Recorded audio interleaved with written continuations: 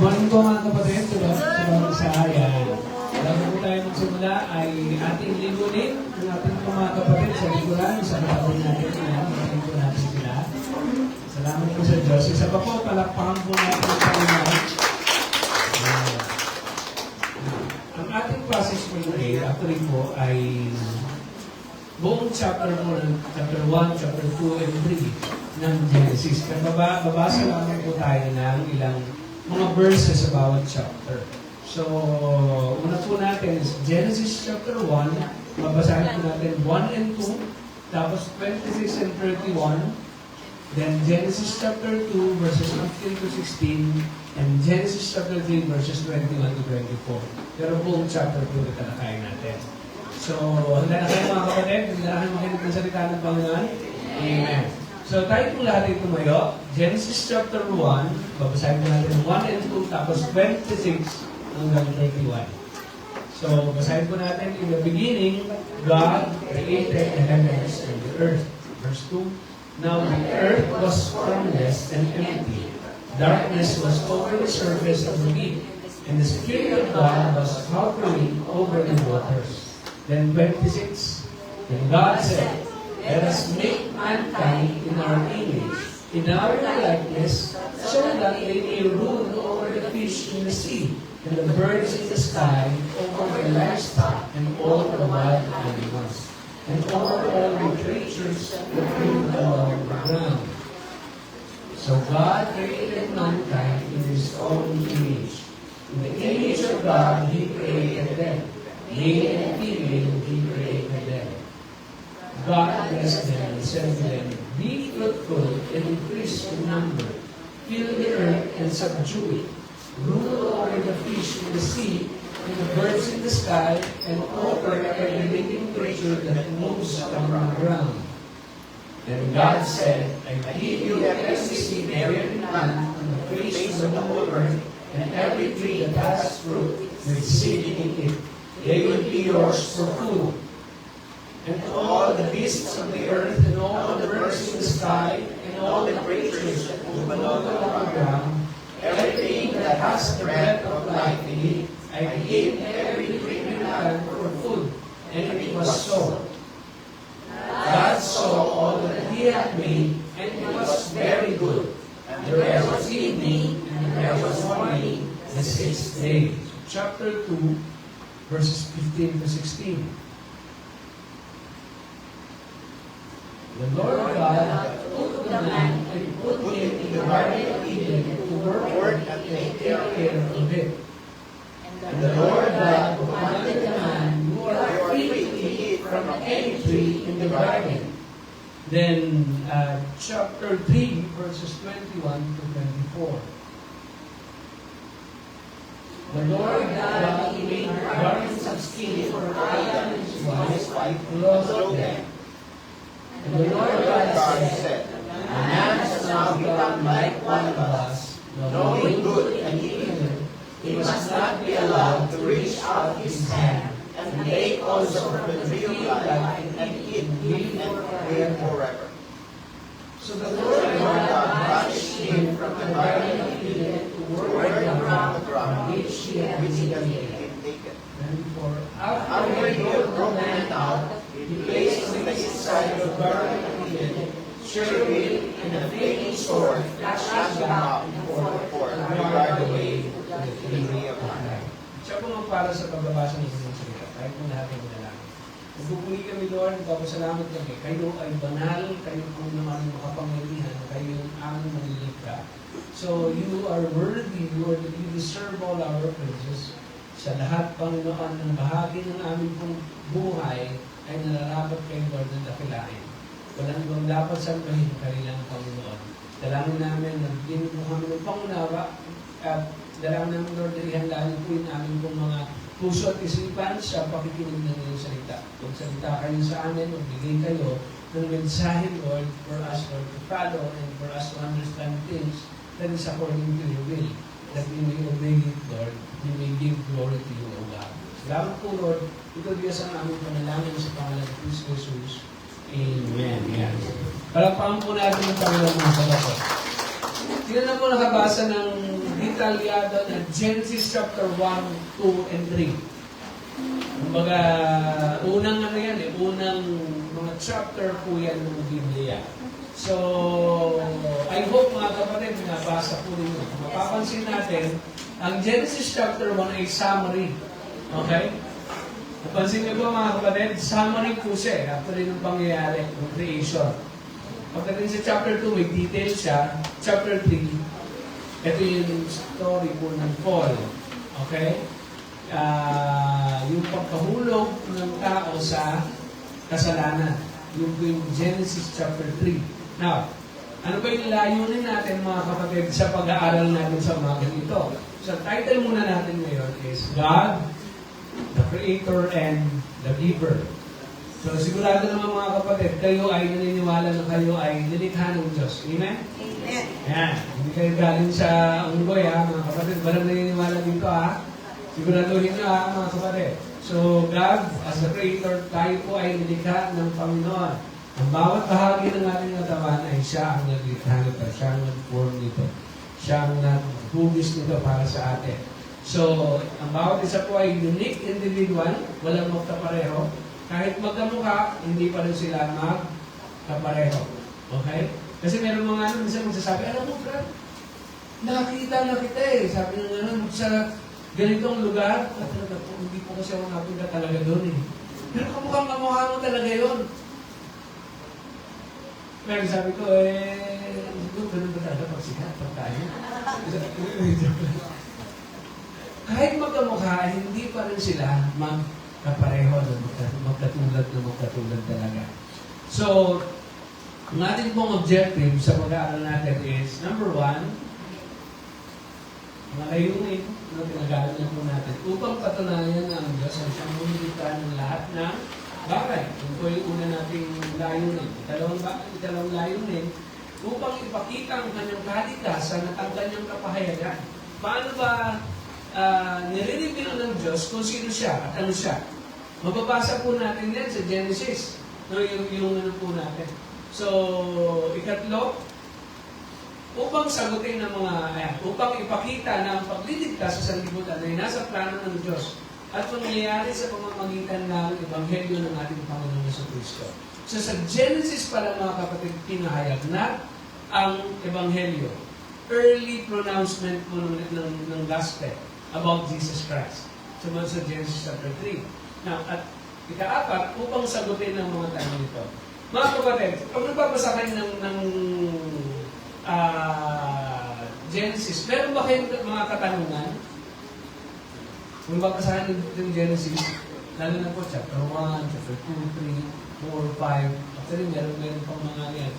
I hope mga kapatid, when you read the Bible, hindi lang kayo nagbabasa ng Bible para makatulog. Amen po? Iba kasi ba, makatulog ko, basa mo na. So, I hope when you read the Bible, you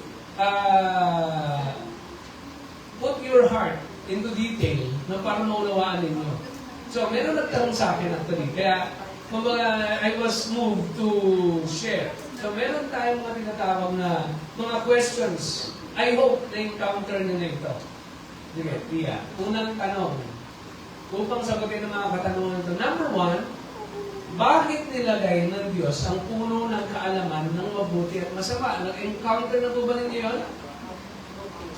Bakit naman nilagay pa kasi yun yung tree of knowledge of nagkasala po din si Adam at saka si Eva. So, meron ba kayong ganyan ng tanong, Bakit nilagay ng Diyos? Kumbaga, ang saya na nga nila. Bakit kasi may nagkasala sila? Ikalawa, na tanong, bakit hinayaan ng Diyos na makapasok si Satan sa Garden of Eden? Naisip niyo po ba yun? Di ba? Bakit hinayaan ng Diyos na makapasok si Satan sa Garden of Eden? Nilikha ng Diyos yun na perfecto Tama po? Ikatlong bagay po, mga kapatid.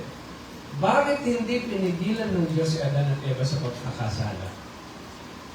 Namatay tuloy si Jesus Christ. Okay?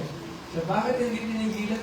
Hindi pinigilan ng Lord si Adan at Eva sa pagkakasala. So, na-encounter na po ba ninyo yung ganyang mga tanong, mga kapatid? Na, so, let us look into the details, mga kapatid. Medyo mahaba pa naman. So, hindi na natin papatagalin. So, Genesis chapter 1, verses 1 and 2. Sabi doon, in the beginning, God created the heavens and the earth. Now, the earth was formless and empty. Darkness was over the surface of the deep, and the Spirit of God was hovering over the waters. Now, so God created the heavens and the earth. Ang term niyan sa Hebrew word is ex nihilo. Okay? Meaning, pag sinabi po natin ex nihilo is out of nothing. Ang pagkakalikha ng Diyos ay out of nothing. Ang evolution is mula sa non-life patungo sa nagkaroon ng buhay, nag-evolve, nagkaroon ng buhay, nagkaroon ng Big Bang. Tapos, nag-progress, yung tinatawag na evolution. So, ang sinasabi ng Bible, we were created, earth was created by God, out of nothing. Ito po ay entirety of the universe, the heavens and the earth. Kapag sinabing heavens, ito po yung nakikita ng ating mga mata sa malayo. No? Ito po yung mga narating na mga astronaut, katulad po ng mga planeta sa universe. Siyempre, hirap puntahan yung buwan. No? Ay, yung araw pala. So, nakikita lang natin. So, pero meron ng picture. Yung tinatawag ng buwan, ng araw, ang kalawakan, ang mga bituin. So, meron na po nakarating ng Mars, iba't ibang planeta sa himpapawid. Kasi unang nabanggit sa Biblia, napansin niyo po, unang pagpapahayag ng Diyos. No? Ano pong napansin niyo? Sa Genesis chapter 1, patungkol sa Diyos. So, in the beginning, God created the heavens and the earth. Now, the earth was formless, empty. Formless po, no? Ang earth ay formless, empty. Darkness was over the surface of the deep, and the Spirit of God was hovering over the waters. Ang unang nabanggit ay ang Spirit of God.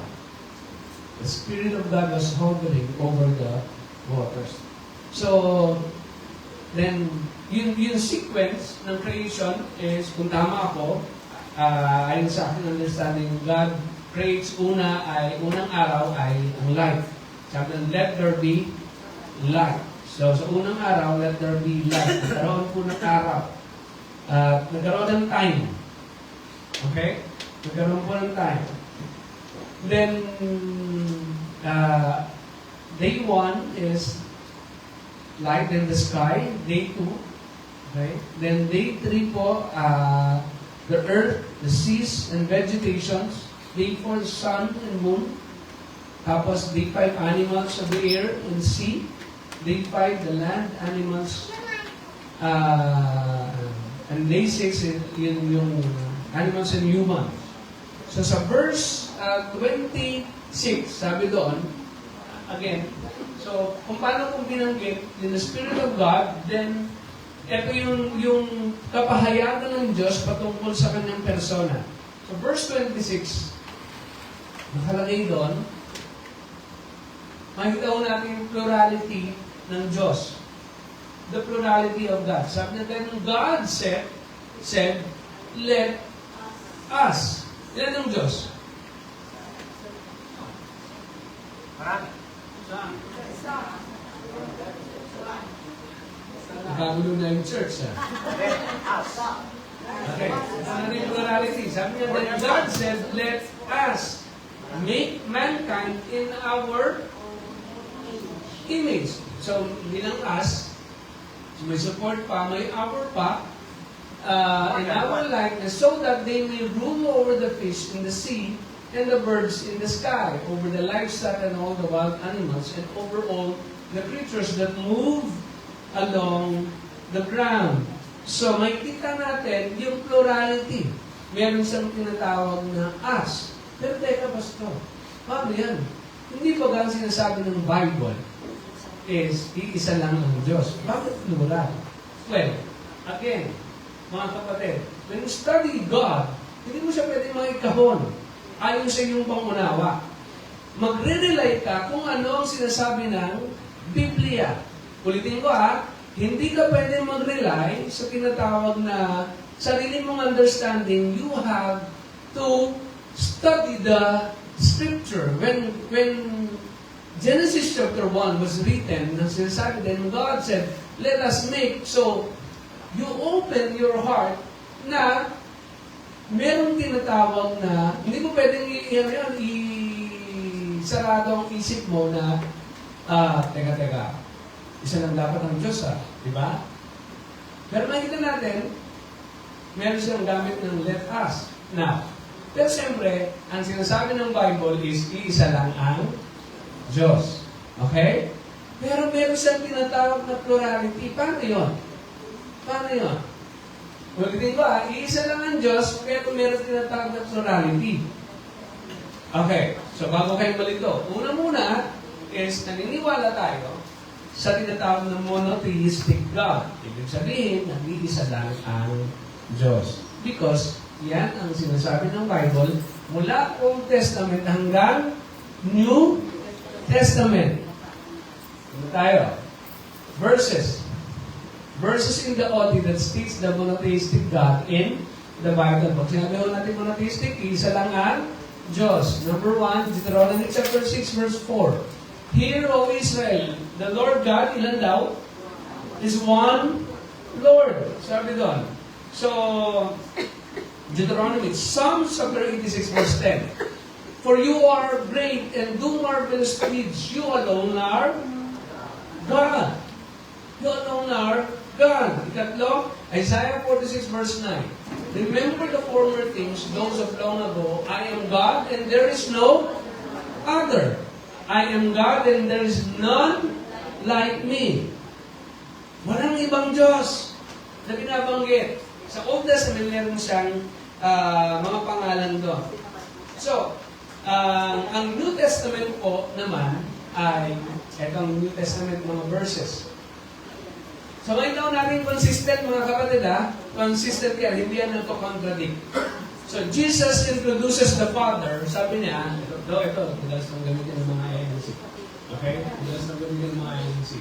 Kasi Jesus introduces the Father as the true God in John chapter 17, verse 3. Sabi doon now, sabi ni Jesus Christ, this is eternal life, that they know you, the only true God, and Jesus Christ, whom you have sent. So, ang sinasabi nila, sino daw? Pag binurse cut, ang tawag doon sa sistema sa apologetic is verse cutting. Ano daw ang sinasabi ni Jesus Christ patungkol sa Ama? Ang sagot ay, ang Father daw, ang true God, nakasulat. Tama po? Amen? Tama yan. Walang problema yan. Ano daw ang sinasabi ni Jesus Christ patungkol sa kanyang sarili?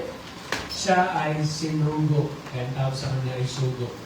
So, yan yung tawag dyan, verse cutting. So, proof text po ang tawag dyan. So, pero bago tayo pumunta doon, is ito muna establish natin. Establish natin, sinasabi ni Jesus Christ na ang Father ang true God. Okay? Malinaw mga kapatid. Now, punta naman tayo mga kapatid sa isa pang verse. Sa Romans chapter 3. Ito naman yung kapahayagan ng mga apostles. Ang mga apostles, ang mga epistles po ba, mga sulat, ay inspired hindi? Inspired. Kasi kasama sa Bible yan Inspired yan. So Romans chapter 3, anong sinasabi? Ibig sabihin, itong mga writer ay kinausap ng Diyos para isulat ang mga bagay nito. Romans chapter 3 verse 30 nakalagay. Since there is only one God, okay, ibig sabihin na niniwala ang mga apostles na one God who will justify the circumcised by faith and the uncircumcised through that same faith. So naniniwala kahit ang apostles. Romans chapter 3 verse 30. Then next verse, Ephesians chapter 4, again, si Paul na naman ito mga kapatid. Sabi doon, one God and Father of all, who is over all and through all in all. Okay? So binanggit niya yung Father. one God and Father of all, who is over all and through all and in all. So, yan yung mga verses na sasabi that is only one God. Then next, 1 Timothy chapter 1, verse 17. Now to the King eternal, immortal, invisible. Ano daw sabi? The only God, being honor and glory forever and ever. Amen. Binanggit ulit yun, one, the only God. Kaya nalilito ba ang mga apostol? Hindi. Because sila mismo naniniwala that there is only one God. They praises the Father and also they praises the Son. Next verse.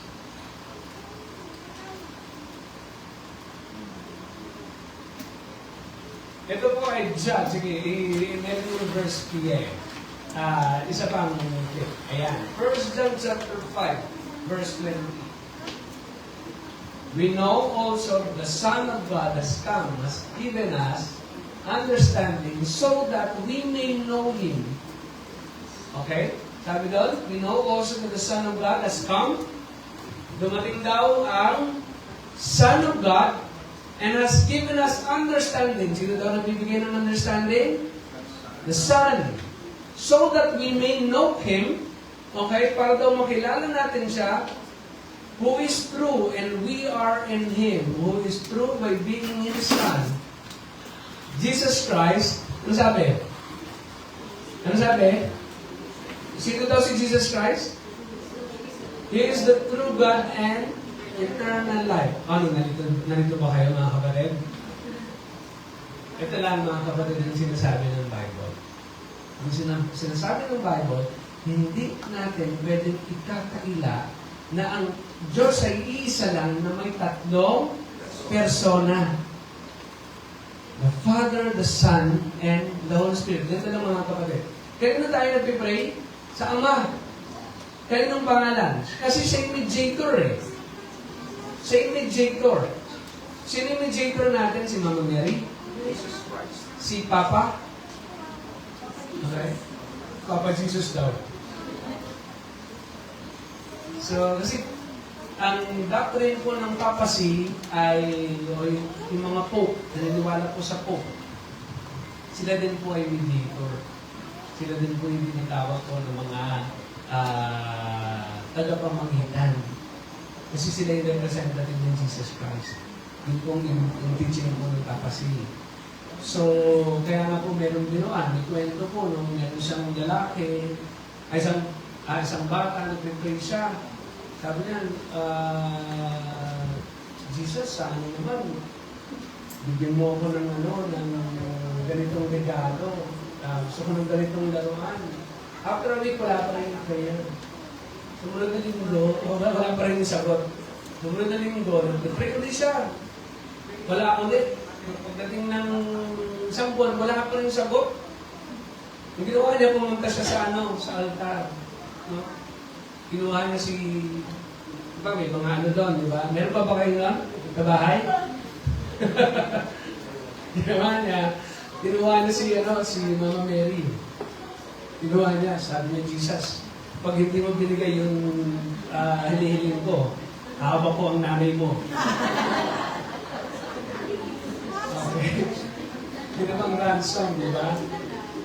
Now, mga kapatid, so si Jesus Christ ay pinapakilala ng mga writer ng Bible siya ay Diyos. Ganun din ang Ama. Even Jesus Christ, mga kapatid, ay ganun din. Hebrews chapter 1, verse 8. Hebrews chapter 1, pwede mong paki-pastiyan ko nilagay yata yan. Kung paano ang Jesus Christ, ang Panginoong Jesus, ay pinapakilala niya ang Father who's the true God. Ang tawag niya sa kanyang sarili ay sugo. Ito naman ang pagpapakilala ng Ama patungkol sa Anak. But about the Son, He says, your throne, O God, will last forever and ever. A scepter of justice will be the scepter of your kingdom. The Father Himself presented Jesus Christ as God. So, ganito mga kapatid. Ang ang Diyos ay isa, may tatlong persona, lahat yon Diyos. Ulitin ko, isa lang ang Diyos, may tatlong persona, nagmamanifest into three person, lahat yon ay Diyos. Kaya ang tawag natin, God the Father, God the Son, and God the Holy Spirit. Pag tinanong kaya ng Diyos, isa lang po ang Diyos. Kasi yun ang sinasabi ng tayo. So, we pray to the Father in the name of Jesus in the guidance of the Holy Spirit. Napansin niyo po mga kapatid, ito naman ay isang discussion kasi hindi po, ang tanong, tayo po ba yung tusa mag-pray sa Holy Spirit? Wala tayong mabasa. Napansin niyo, mga kapatid? Wala tayong mabasa. But, we pray to the Father o we pray to Jesus Christ na tulungan tayo ng banal na Espiritu Santo. Malinaw mga kapatid? Pero sa tingin ko, there's nothing wrong to pray in this sa Spirit. Okay? Pero wala tayong mabasa na ano po. Then, ganito mga kapatid, when we accepted the Lord Jesus Christ, the Holy Spirit entered us. Kaya ang tawag natin dyan is God with us. The Spirit of God is in us. God with us. Saan ka man pumunta, kasama mo ang Diyos. Okay? Yun po yung sinasabi ng Bible sa atin. So siya yung nag-guide, siya yung nagko-convict. When we commit sin, siya yung nagpapaalala sa atin. Pagka, ano po, may mga pangyayari na hindi tayo pinapayagan ng Holy Spirit na pumunta sa lugar na ito kasi maaari tayong mapahamak. So, God is working through the Holy Spirit to us. So, mga kapatid, wala silang tinatawag na pataasan. Lahat sila pantay-pantay. Hindi sila dapat mataas ako Pero, they submit. Jesus Christ submit to the Father. Yun yung role niya is Son And the Father also glorified the Son. And Jesus Christ presented the Holy Spirit as the Parakletos, the Comforter. Yung siya yung nag-guide, siya yung convict sa atin. So, sa beginning pa lang ng creation, makikita natin yung talata yung papahiwatig patungkol doon sa Diyos. So, denying the Father, may problema ka na kaagad sa truth ng Scripture. Denying the Son, ganun din. Denying the Spirit, ganun din. May problema ka na kaagad sa Scripture. Then, sabi din, God made man and put him in the Garden of Eden. So, the Garden of Eden, and the ring plants, meron na ring animals, so meron na ring food to eat, merong fruits, okay? Meron ng trees. So, dati, wala pang rice cooker. Ang kinakain lang that time ay mga fruits. Napaka-healthy po, no? Tama po? Napaka-healthy ng kasi fruits po So, ngayon kasi, pagka malakas ka sa kanin, hello sugar. Tama po? Takas pa po ba kayo kumain ng kanin? Minsan naman, hindi ka malakas kumain ng kanin, pero malakas ka naman sa chocolate. So, ganun din. Diba? So, dahil sinasabi na, yung study ng rice ay malaking na to-contribute ng diabetes sa atin, mga kapatid. So, ingat-ingat lang din. Sabi nila, isang cup lang daw. Pero yung cup ganito kalaki. So, doon sa Garden of Eden, mga kapatid, nandoon ang lahat ng fruits. Okay? Nandoon ang lahat ng fruits. Adam and Eve will just pick up and eat. Ganun. Pero siyempre may work sila, may responsibility sila doon. So, available sa kanila ang fruits, pero nandun din ang tree of life. Napansin mo ba? Andun ang tree of life. Andun ang tree of life. So, when they eat the tree of life, they maintain yung tinatawag ko na immortality. Wala pong kamatayan. Hindi po sila mamamatay. Then, ano pang meron doon? ganito po, anong sense ng tree of life? It is to enjoy relationship with God, connection with God.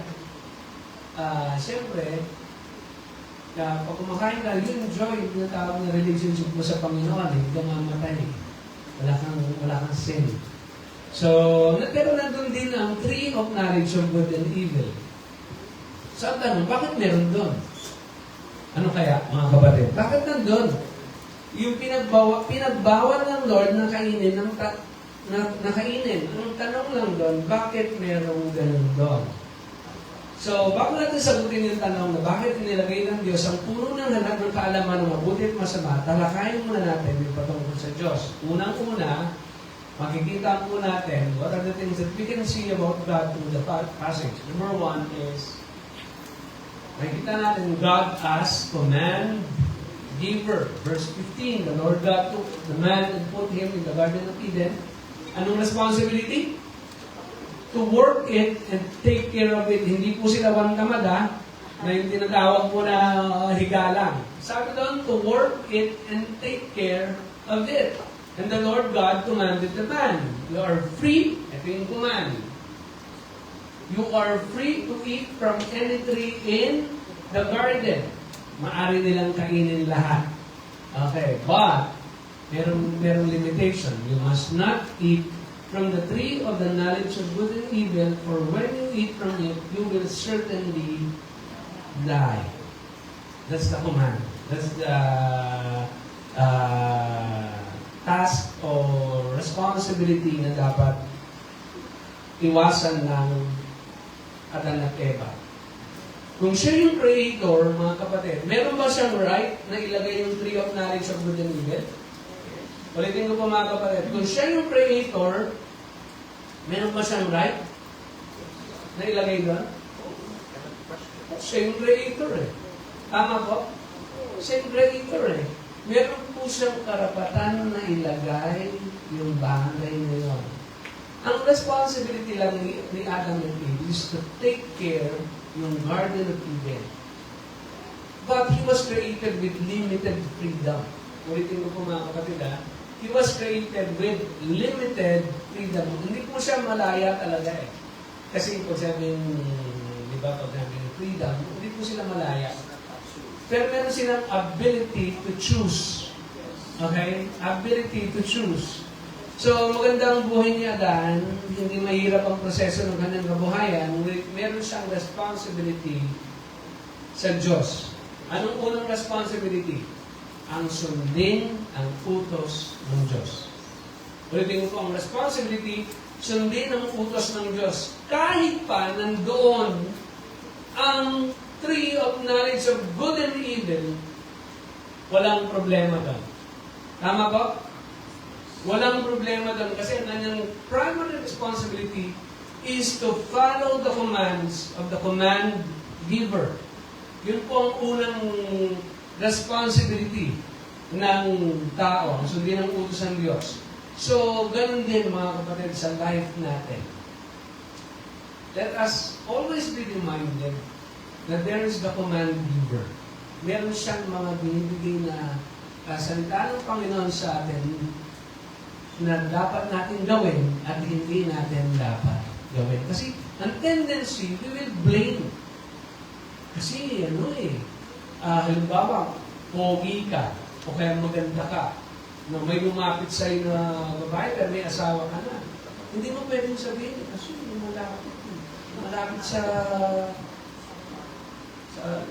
sa manok, yung palay. Kaya ako natokso. Kasi ang unang responsibility mo ay sundin ang utos ng Diyos. Amen? So, yan ang responsibility. Walang problema kahit na nandun. Kahit si Satan na ay nandun. Tama po? Kung ang heart mo ay para sa Panginoon, you will obey God. Binigyan ng Diyos ang tao ng tinatawag na hindi po siya robot. No, ang robot kasi na mo eh. Robot yun, pero hindi ka robot, kapatid. Ikaw ay may mind. Meron kang isip, meron kang decision. Nag-isip ka dapat. Okay? At ang pinakaunang responsibility mo ay ang relasyon mo sa Panginoon. So, lagi mong tatandaan na ang Diyos ay command giver. Ikalawang bagay. Ito maganda. God as companion giver. Wow! So si Lord pa lang nagbigay mga kapatid ng ano? Talaga ba? So sa verse 18, chapter, the Lord God said, it is not good for man to be alone. I will make a helper suitable for him. So the Lord God caused the man to fall into a deep sleep, and while he was sleeping, he took one of the man's ribs and then closed up the place with flesh. Grabe, no? That is why, so verse 24, so, ano na verse na ba yan? And then the Lord God made the woman from the rib he had taken out of the man, and he brought her to the man, and then the Lord, yan, kita natin, hindi yung kasama yung purpose of marriage, hindi kasama sa verse yan. Kumbaga, parang commentary yan eh. And then the Lord stated the purpose of marriage. So, yan po yung, ang nagkasal kay Adam and Eve ay si God, di ba? So that is why a man leave his father and mother and united to his wife, and they become one flesh. Pag sinabi natin one flesh, ano ba yun? Pag sinabi natin one flesh, ano ba yung one flesh? So the woman came from the bone of man. Okay? The woman came from the bone of man. In one sense, they are one. Di ba? In one sense, they are one. Usually, ang understanding naman sa mga interpretation, ang tawag nila doon is kapag nagsisex daw. Okay? Kapag nagsisex, nagiging one. Pwedeng tinatawag yung intimacy, ang pwedeng possible meaning, pero ganito mga kapatid. Kapag nagsama ang isang lalaki at babae, nagiging isa sila sa layunin. Ulitin ko po, nagiging isa sila sa layunin. Kapag sila po ay nagiging mag-asawa. Ang hirap na meron mong napangasawa, ito ang gusto mong mangyari, ang kayong gusto mong mangyari, papunta sa kabila. Ano mangyayari? Lagi kayong mag-aaway. Tama po? Kasi, to become one flesh.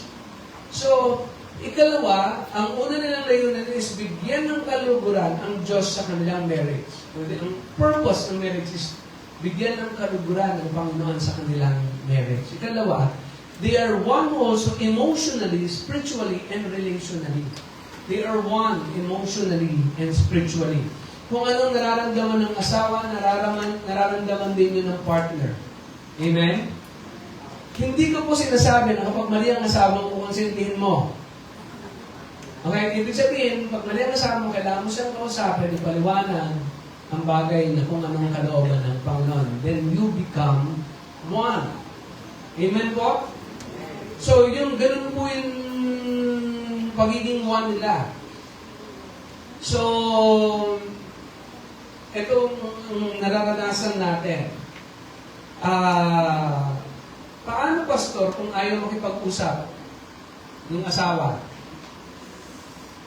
Ano? Palayasin sa bahay. Kasi hindi na kayo isa. Hindi, joke lang. Baka pagpalayas kayo eh. Ang ibig sabihin, kailangan niyo mag-usap para maging isa kayo. Hello po. Amen? May you become one flesh. So, kapag sila yung nagsama na, meron silang role na dapat nilang gampanan. Ang lalaki, ang siyang dapat maging leader ng pamilya. Para nabuhayin mga lalaki natin, ha? Pero ganun ka mga kapatid. Meron mga pagkakataon, magaling mag-desisyon ng mga babae.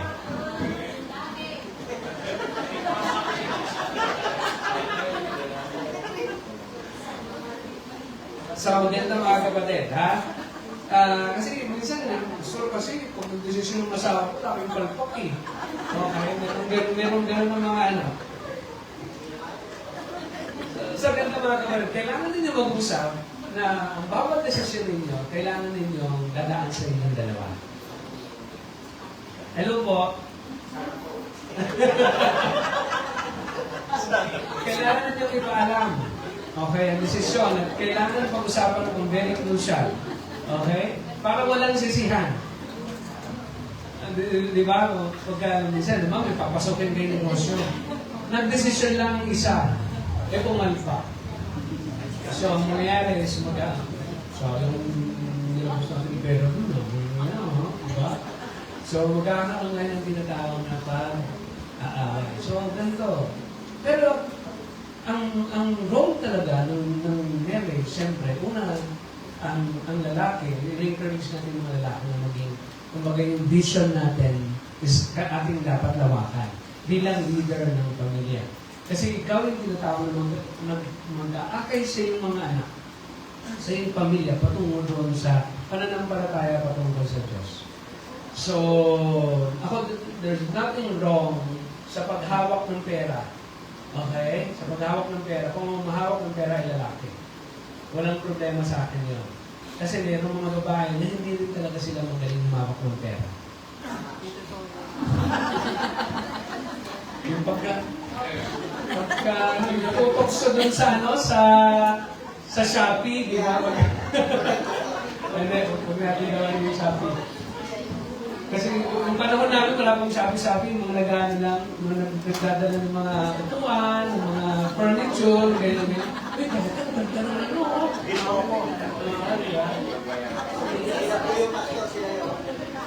So, mag-usap kayo kung paano ninyo palalabasin yung inyong tinatawag na usapin po ng setup po rin sa bahay. So, para wala kayong tinatawag na sisihan. Yun yung essence po ng one flesh. So, Adam and his wife were both naked and they felt no shame. Hubad po sila pero wala po silang yung tinatawag na maruming pagpinin. So, makikita natin walang bahid na kasalanan. Walang sense of shame. There's purity and an unblemished state. Living in harmony with God and each other without any sense of guilt or self-conscious. So, ito lang ang problema minsan mga kapatid. Ito, nililimitage natin sa lahat ng mga youth natin. Siyempre, when you pray for yung future ninyo, you have to pray for same faith. Ang hirap na hindi same faith. Kasi magtatagal, hindi magiging isa. Mahirap yun eh. So you have to pray. Patungkol doon. Kasi pag nagkamali kayo, hindi ko sinasabing lahat ng Kristiyano ay perfect yung kanilang marriage. Siyempre, meron din yung tawag na palpak din ng marriage kahit kapok, kahit na pareho kayong Kristiyano. You have to pray. You have to discern. Yun po ang dapat natin gawin. Kasi kung hindi, pag nagkamali kayo, nakala nyo langit, impyerno pala. Opo, ganun talaga yung naman yan. So, ang problema, hindi nyo na siya pwedeng hiwalayan. Okay? Except kapag nalalagay ang inyong pong buhay sa panganib. Diba? Hindi mo pwedeng sabihin yun, kapatid, kumusta ka? Bakit parang meron ka ng shade na wala namang ano? No? Ay, ano to, pastor, naumpog ako? Dalawa, umpog? No? So, pag gano'n yung mga, makikita mo na may mga pasapasa na, you have to, kumbaga, isipin mo yung sarili mo, kailangan mong iligtas yung sarili mo. Okay? Kasi, kung hindi mo agad, baka, huwag din naman paningin lalo ng masawa mo sa'yo, is, hindi hospital, kasi cemetery na nabutin mo. So, kailangan mo rin tinatawag ng pag-isipan. Dalawang bagay, siyempre, kapag isipan mo, yung tinatawag na, doon yung iba, nakakatiis sila. No? Pero kasi meron mga lalaki, hindi lang siguro lalaki, pati babae, na nagkakaroon ng affair sa ibang tao. Ang hirap nun. Diba? Kung ikaw ay asawa, babae, kasang babae ang asawa mo ay sobrang pogi. No? Pero sa totoo, iba, wala din sa kapugian talaga yan. Kahit na mukhang ano lang, di ba? Babaero pa rin eh. Ang hirap niyan, kasi kung iba-iba ang kanyang tinatawag na ikaw pa ay hindi ka gansing mahawaan at malaki ka pa sa pangalan. Hindi ko sinasabing hiwalayan ninyo, no? Kasi you have to pray. Kumbaga, minsan kailangan naaayos pa yan eh. Pero iba hindi na rin talaga naaayos. So, of course, yan it's either lalaki o babae, mga kapatid. Pag-isipan nyo yan. Pero meron din tinatawag na talagang pinagtsagaan nila. Talagang nag-stay sila para dun sa marriage. So, you pray to God. Ano ba naman nais po rin yung sa akin? So, may mga sitwasyon kasi tayo talaga na hindi nag-work out ang marriage. Amen? Tama po ba ako? Ganun po talaga yung reality ng mundo because ang mundo natin, yung mga tao dito, ay bunga po ng pagkakasala po. Meron tayong fallen nature. So, this time, ang status po ni Adam and Eve is they were both naked, they felt no shame. Makikita natin yung walang bahid ng kasalanan. Yan po yung kanilang state, mga kapatid. Ngunit, may problem is, nandun din yung ahas. So, yan yung isa sa mga tanong natin. Bakit nandun yung ahas? Ang sagot is, doon makikita, it is a testing ng obedience ni Adam and Eve sa command ng God. Hindi mo po. It is a testing. It is a sabihin natin, para makita kung sino ba talaga ang susundin ni Adam and Eve. Kung sino ba talaga ang pipiliin ni Adam and Eve. Kung si God ba o si Satan. Diba? Yan din naman yung nangyayari sa panahon natin. Tama po? Though, sa totoo lang mga kapatid, ang may accountability talaga dyan, sino ang unang kinausap ng Lord? Si Adam, hindi si Eve.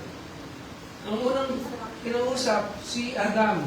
So, Satan's role is to test Adam and Eve's obedience, faithfulness, and love to God.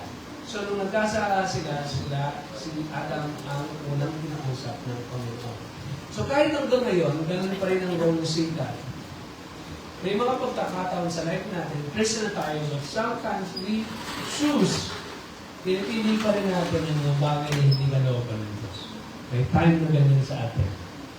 Na natutokso tayo gawin ang mga bagay na hindi kalooban ng Panginoon. So, ang command giver, ang responsibility natin mga kapatid, is to obey yung kalooban ng Diyos. Amen. Halimbawa, natutuwa ako mayroong mga Christian na nagpo-post na nagsasabi, sumisikat na ako sa vlogging and meron na mga kumakausap sa atin ng mga product endorser, but hindi ko ipopost sa aking content ang sugal, ang online gambling. So, maganda nga yun. Kasi it is a temptation, malaki ang offer. Ipopost lang naman niya yun eh. Eh kung tayo kaya, di ba? Kung yung sumisikat na na-offeran ka na, 50,000. Ipopost mo na, 50,000. Di ba? So, paano tayo magre-response, mga kapatid? So, si Satan nandun, it is a test doon sa obedience ni Adam and Eve. Bakit meron tukso?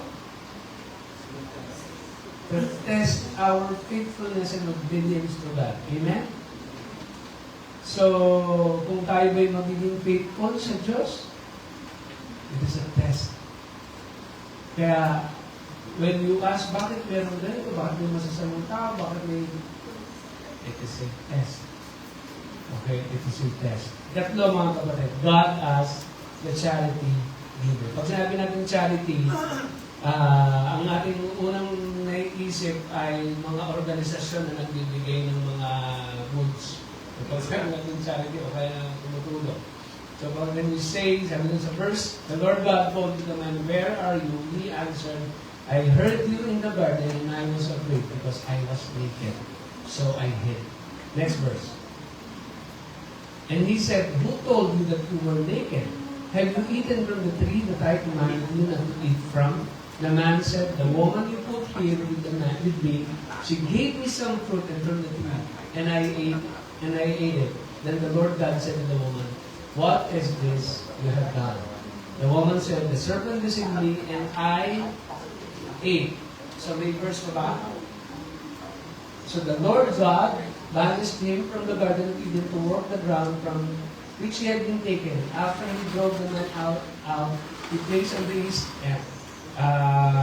Anong mamaya na yan?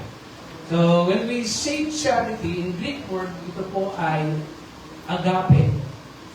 Pag sinabi po natin charity, ito po ay agape. Means, anong ibig sabihin ng word agape? Means love. But it is a divine love. So, it is the God's love. God is the giver of love, mercy, kindness, patience, and so on. Lahat ng magagandang mga bagay.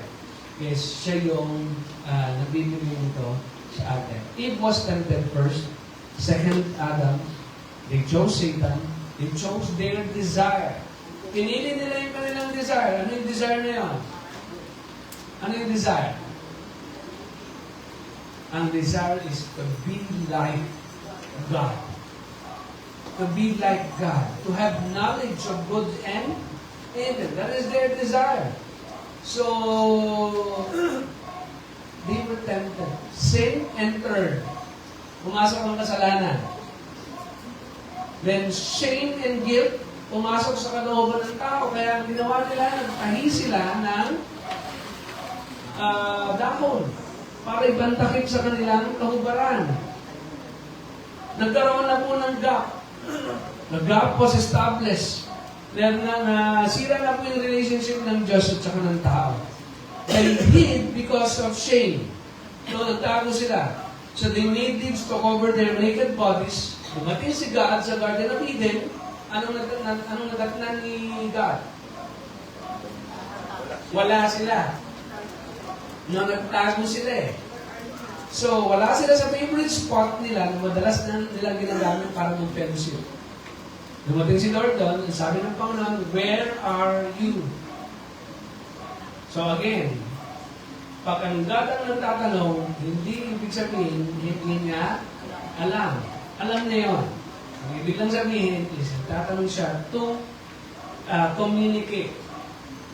Okay, where are sometimes, ganyan din ang tanong sa atin ng Diyos, "Anak, nasaan ka na?" Kasi nawawala tayo. Tama po? Nawawala tayo. "Anak, saan ka na?" So, verse 10, he answered, "I heard you in the garden and I was afraid because I was naked, so I hid." And he said, "Who told you that you were naked?" Kinain mo ba yung bunga ng puno na pinagbabawal ko? So, instead na magsisi, anong sabi? Kasi Lord naman, binigay mong asawa si Eva eh. So, nag-blame shift. So, nung kinonfront din ni Lord si Adam, anong sabi? Kasi Lord, si Satan eh. Yung ahas eh. Okay? Nag-blame shift na. No, nag-blame shift. Yan ang tendency natin. We blame and we are confronted by God. Here you can see, instead na aminin ang kanilang sin, ginawa nila is nag-blame shift. The first were given, masarap dapat ang buhay. Tama po. The first were given, masarap dapat ang buhay. Pero nangyari, naging mahirap ang buhay. Sa pagsasama ng mag-asawa, meron ng conflict. Tama po. Meron po ba dito ang mag-asawa na walang conflict?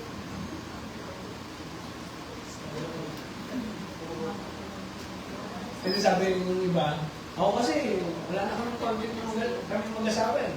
Bakit? Wala na kami nag-uusap eh. So, ang panganganak ay hindi madali. Tama po? Ang panganganak ay hindi madali. Kailangan mong ingatan sa loob ng isang buwan. Kailangan mong ingat ka. Kailangan mong tatawag na yung mga changes na nangyari. Pag naipanganak mo, meron pang tinatawag na post-depression. Di ba? Nag-depress ka. Nagkakaroon ng hormonal changes sa babae. So, yan po yung mga effect. Then, ang babae kailangan pasakop sa lalaki. At kailangan mahalin naman ng lalaki ang babae. Minsan, parang ayaw na yung mga lalaki. Diba? Pag nagsimula ng diba? Speaker sa loob ng sa bahay. Parang walang katapusan, tuloy-tuloy, di ba? Oo, tapos kung gusto na lang gawin ng lalaki, lagay na lang di ba? So, part ng ating tinatawag ng fallen state ng ating pong buhay. Pero minsan, hindi lang naman babae ang magano, di ba? Kasama din lalaki. Ako, kasama rin ako doon. You are bound to stay. You are bound to love. Yung kanyang mga, sabihin natin, imperfection. Okay? Yung kanyang imperfection. Kasi sa una, hindi mo masyado ng kilala, di ba? Kung nag-asawa na kayo, hindi lumabas na lahat. Yung ayaw mo makita. Pero you are bound to stay.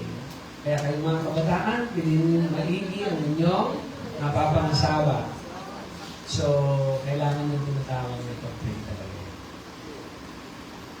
Death entered in man's life. Physically, lahat mamamatay. Wala pong mabubuhay sa ngayon, yung tinatawag na umaabot na hanggang wala akong record na kung gano'ng ka-tanda. Meron mong 120. Meron ata no? So,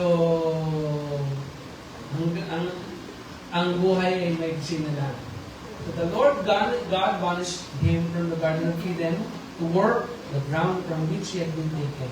So sabi doon, after he drove the man out, he placed on the east side of the Garden of Eden. Naglagay po siya ng bantay, cherubim, and a flaming sword flashing back and forth to guard the way to the tree of life. Ito mga kapatid, meron pong sumusubok na hanapin itong lugar na ito. Pero hindi na po nila nakikita. Hindi na po nila wala na po yan. Tinago na rin ng Diyos. Even the Garden of Eden was hid by God. So, maraming mga theory na doon nandito sa ganitong lugar. Pero intended na hindi na po yung pinakita ng Panginoon. Merong physical death, meron din tinatawag spiritual death. Yung fallenness ay nararanasan. Kaya sabi ng Bible, sabi ni Paul, diba? Sabi ng isang awit, gusto kong bumait, pero hindi ko magawa. That is the fallenness of mankind. So Romans chapter 7, verses 11 to 12. Diba? For sin, seizing the opportunity afforded by the commandment, deceived me, and through the commandment, put me to death. So then, the law is holy, and the commandment is holy, righteous and good. Next verse. Next slide. Okay. Meron pang verse para nilagay. Pia, pwede ba kayo pause mo yun? Romans chapter 7 verses 14 to 20. Romans chapter 7 verses 14 to 20. We know that the law is spiritual, but I am, ano daw sabi niya? Unspiritual. Spiritual po ba kayo? Hindi ko bang pag alam mo, ayon sa Galatia. Yung laging may verse, di ba? Hindi naman doon nakikita talaga yung sabi natin na pagiging spiritual natin. Na ipapakita yun sa buhay. Siyempre, kasama yun, yung tinatawag na pag-absorb natin ng salita ng Diyos. But even Paul, who memorized the law, sabi niya, but I am unspiritual, sold as a slave to sin. Verse 15, I do not understand what I do. Ganyan ba kayo, mga kapatid? For what I want to do, I do not do. But what I what I hate, I do. Tama po? Mapapansin mo talaga yan eh. Kahit ang bata, sabihin mo, kung makakainin nito, ha? Di ba? Hindi talaga eh. Kahit may command, di ba? And if I do what I do not want to do, I agree that the law is good. As it is no longer I myself who do it, but it is sin living in me. Meron pong sin living in us na we struggle. Okay? Nahihirapan tayo na kontrolin. For I know that good itself does not dwell in me, that is in my sinful nature. Ito, napakasimple lang yan eh. Halimbawa, ikaw ay nasa loob ng sasakyan. Tapos, nagkaroon ng tinatawag na prenong bigla. So, yung mga tao nangyari, talagang bumangga sa dulo, tapos na sila. Minsan, hindi mo naman dapat tawanan, pero natatawa ka. Hello po. Di ba? Ganyan po, simple na kung paano tayo, minsan ay post pa yan. FB highlights, bill everyone. Okay, di ba? Hindi ikaw yun pero naka-post dun sa ganyan yung ating tinatawag na nature. Then, anti-verse. Yeah. Tapos ang 20. And for I know that good itself does not dwell in me, that is in my sinful nature, for I have the desire to do what is good, but I cannot carry it out. 19. For I do not do the good I want to do, but the evil I do not want to do, this I keep on doing. Okay? Verse 20. Now, if I do what I do not want to do, it is no longer I who do it, but it is sin living in me that does it. Mga kapatid, kaya imposible magkaroon tayo ng kaligtasan on our own self. Because we are sinner, di tayo pwedeng nanggapin ng Diyos sa namin. But praise be to God. God sent His Son for us. By faith in Jesus Christ, we became His children. We became accepted in His own sight. Amen? That's the good news. So ito yung pronouncement ng gospel. Early pronouncement ng gospel. Nung kinurse ng Lord yung Satan, and I will put enmity between you and the woman, and between your offspring and hers. He will crush your head, and you will strike his heel. Kung hindi babasahin mo siya, ang gagawin pala dun sa seed ng woman, ay magkakaroon ng paglalaban ng seed ng woman at saka yung kay Satan, yung sa serpent. He will crush your head. Okay, he will crush your head. Paano namamatay ang ahas? Sa ulo. He will crush your head and he will strike his heel. So, it is a picture of the cross. Jesus Christ, nung pinako siya, he will strike his heel. Okay, but ito yun yung simbolo ng defeat ni Satan, mga kapatid. Kasi Satan still can work today, but ang kanyang end ay destruction. So kahit na ang tao ay nahulog sa pagkakasala, God is gracious to give us salvation. God is merciful to forgive us from our sins through the work of Jesus Christ. God is love in accepting us His children. When we accepted Jesus Christ as our Lord and personal Savior and believe in Him, okay, meaning entrusting our lives to Him. Hindi lang yun, ako tinanggap mo si Jesus Christ, pero hindi ka naman namumuhay sa pagiging Christian. It's a different thing. Kasi when you accepted the Lord, when you believe in the Lord, you entrust yourself to God. Okay? Binibigay mo yung sarili mo sa buhay at maglilingkod ka sa Panginoon. So, kaya meron tayong fellowship, meron tayong natawag na koinonia. Koinonia. Ito po ay Greek word na ibig kong sabihin, being like-minded, having the same love, being one in spirit and purpose. So, koinonia is being in agreement with one another, being united in purpose, serving alongside each other. So, ang koinonia natin is based on our fellowship with our Lord Jesus Christ. Bakit tayo nasasama-sama? Because of our Lord Jesus Christ. Amen? So, I hope mga kapatid, si Jesus Christ ang inyong Lord, ha? Hello po, ha? Sa bawat isa po sa atin. Kasi baka kalamitin yung sarili ng katabi nila, baka iba ng Lord nila. Okay? O yung iba naman, wala na dito kasi nag-iba na yung Lord. Di ba? Yung mga ganun, pagka nag-iba yung Lord eh. So, now, that is the first announcement of the gospel. Let us conclude. Ano yung pag-aralan natin today? Nasagot po ba yung mga tanong? Kapatid, nasagot.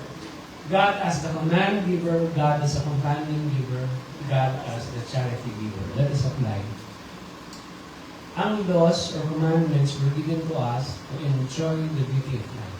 Ulitin ko po, ang laws or commands of God ay binigyan sa atin to enjoy the beauty of life. When it was disobeyed, problems will be experienced. Obey it not through fear, but with love to God. Mali yung grammar. Dapat obey, walang yan. Walang iti dapat. Obey it not through fear, but with love to God. So, sundin natin ng Diyos, hindi dahil sa takot tayo, kundi mahal natin ng Diyos. Amen? That's the beauty of the law of God. God is the source of every good thing. Enjoy when you have it. And if you lack it, do not hesitate to come to Him in prayer. Amen? Alam ng Lord yung pangangailangan natin. At desire ng ating pong mga puso. Siya yung favor natin eh. Siya yung nakakaalam nito at magbibigay nito para sa atin. Amen? Tatlong bagay. Do not remember the sacrifice of Jesus Christ in the cross. It is the message of God to all people.